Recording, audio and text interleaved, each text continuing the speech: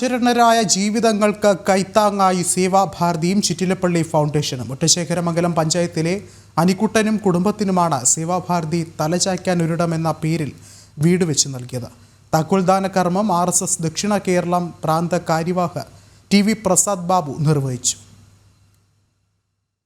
സേവാഭാരതിയും ചിറ്റിലപ്പള്ളി ഫൗണ്ടേഷനും ചേർന്ന് നടപ്പിലാക്കുന്ന തലചായ്ക്കാനൊരിടം പദ്ധതിയിലൂടെ വീടില്ലാത്തവർക്കായി നിർമ്മിച്ച വീടിന്റെ താക്കോൽദാനം നടന്നു. തിരുവനന്തപുരം ഒറ്റശേഖരമംഗലം പഞ്ചായത്ത് കടമ്പറ വാർഡിലെ കുളങ്ങരമൊഴിയിൽ അനിക്കുട്ടനും കുടുംബത്തിനുമാണ് പുതിയ വീടിന്റെ താക്കോൽ സേവാഭാരതിയും ചിറ്റിലപ്പള്ളി ഫൗണ്ടേഷനും കൈമാറിയത്.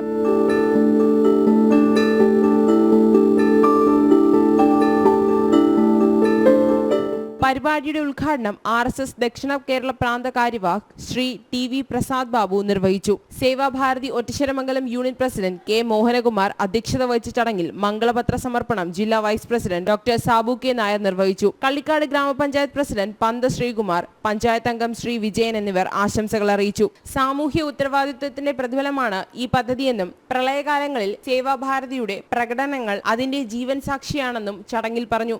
വിശിഷ്ടാതിഥികൾ, സേവാഭാരതി ഭാരവാഹികൾ, സാമൂഹ്യ സാംസ്കാരിക രംഗത്തെ പ്രതിനിധികൾ തുടങ്ങിയവർ ചടങ്ങിൽ പങ്കെടുത്തു. ജനം, തിരുവനന്തപുരം.